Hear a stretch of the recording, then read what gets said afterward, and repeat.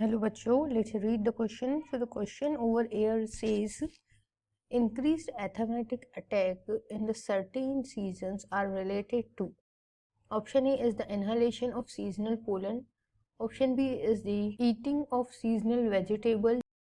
Option C is the low temperature, and last option is the wet and dry environment. So basically in this question we have ask about the asthmatic attack. So हमें यहाँ पर asthmatic attack से related पूछा गया है कि asthmatic attack जो है एक पर्टिकुलर सीजन में क्यों इंक्रीज हो जाते हैं, और फॉर डेट रीज़न हमें 4 ऑप्शन दिए गए हैं कि इसका रीज़न क्या हो सकता है. लाइक पोलन इंक्रीज हो जाते हैं, that's why. Then seasonal vegetable खाने की वजह से होता है ये, या फिर लो टेम्परेचर की वजह से होता है, या वेट और ड्राई एनवायरनमेंट अफेक्ट करता है अस्थमा के पेशेंट को. That's why asthma attack increase होते हैं. Now let's see our key concept. So our key concept over here is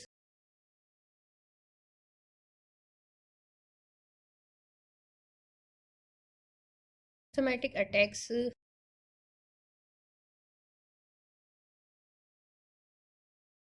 certain season. So particularly हमें डिस्कस करना है कि जो अस्थमा है वो कौन से सीजन में इंक्रीज होता है. लाइक अस्थमा के पेशेंट को क्या प्रॉब्लम कॉज होती है.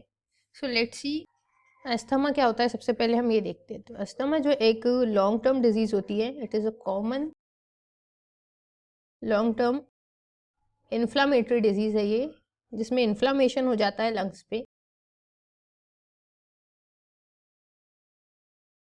और ये अफेक्ट करता है जो एयरवेज होते हैं लंग्स के. उन लंग्स में जो एल्वियोलाई पाए जाते हैं उन पर ये अटैक होता है इसका lungs. Now if we talk about the symptoms, so asthma patient में कुछ पर्टिकुलर सिम्टम्स पाए जाते हैं.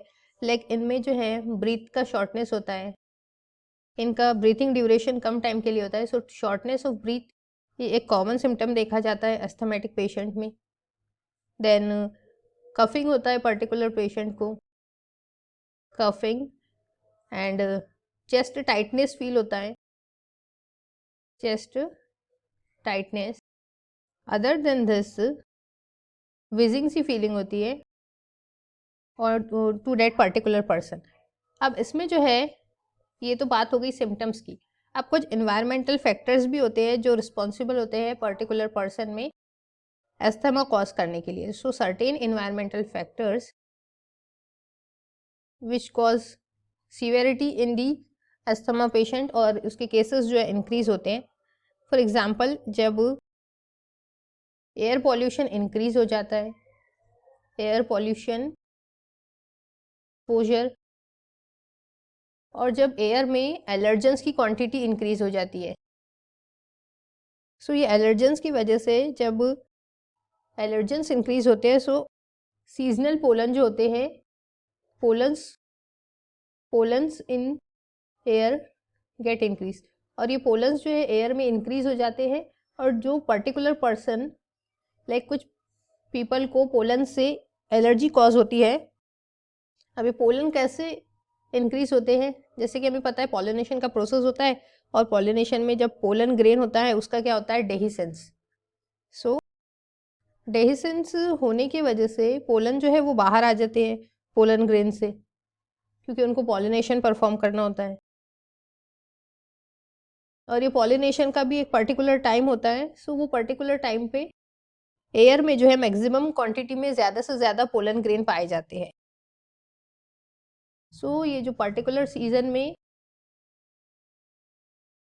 पोलन की क्वांटिटी इंक्रीज हो जाती है, सो ये एलर्जी कॉज करती है कुछ लोगों में.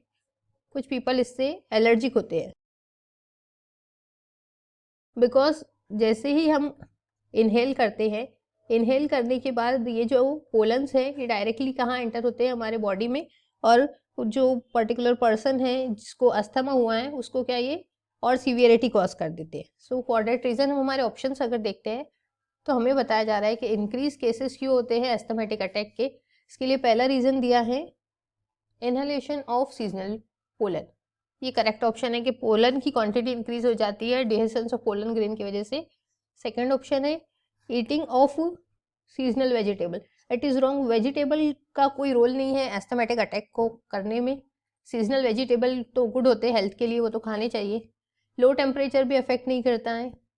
Then wet and dry environment, it is also not affect. So mainly हमारा जो ऑप्शन ए है ये क्या है, करेक्ट ऑप्शन है। एस्थमेटिक अटैक जो है पर्टिकुलर पर्सन में इंक्रीज कब होते हैं, जब सीजनल पोलन इंक्रीज हो जाते हैं, एयर में पोलन की क्वांटिटी इंक्रीज होती है और वो इनहेलेशन के जरिए पर्टिकुलर पर्सन की बॉडी में जाते हैं। So option A is the correct one, बाकी सभी रॉन्ग है।